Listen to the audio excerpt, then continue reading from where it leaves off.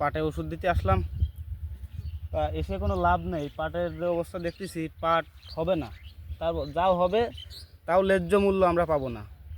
যেমন পেঁয়াজ চাষ করছি আমরা, আপনার 1 শতক জমিতে খরচ হয়েছে 2000 টাকা। এখন 1 শতক জমিতে 1 মণ পেঁয়াজ হয়েছে, তার দাম এখন হচ্ছে আপনার 1500-1600 টাকা।